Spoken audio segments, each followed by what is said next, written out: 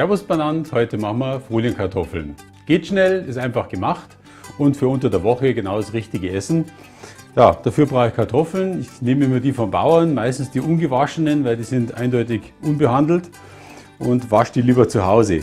Dann brauche ich noch ein bisschen Olivenöl dazu, eine Alufolie und dann brauchen wir für den Dip, das ist das Besondere natürlich, nehme ich immer einen Schmand, Joghurt und dann noch ein paar ausgesuchte Gewürze.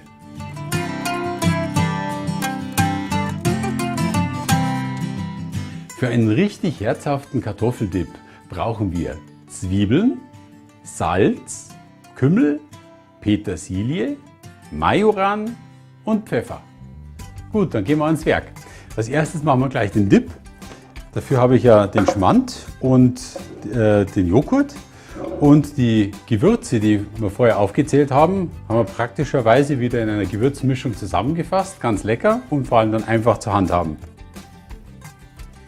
Ich rühre jetzt hier diese Gewürzmischung in den Joghurt ein. So, geben wir noch ein bisschen Gewürze rein, damit es auch etwas bunter wird. In den Joghurt und dann geben wir noch den Schmand mit dazu.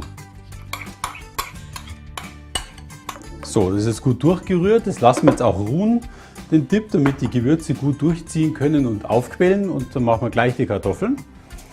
Ja, dafür habe ich hier schon mal ein Stück Alufolie abgerissen. Dann brauche ich hier nur ein bisschen Olivenöl. Gleichmäßig hier verteilen auf der Folie. Dann geben wir gleich die Kartoffel rein, einpacken, die Ecken einschlagen.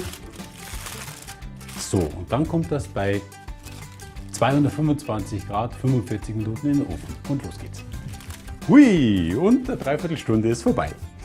So, dann schneiden wir die Kartoffeln mal auf. Schauen wir, ob es schön dampft. Ja, wunderbar. Sieht sehr gut aus. Dazu kommt der Dip.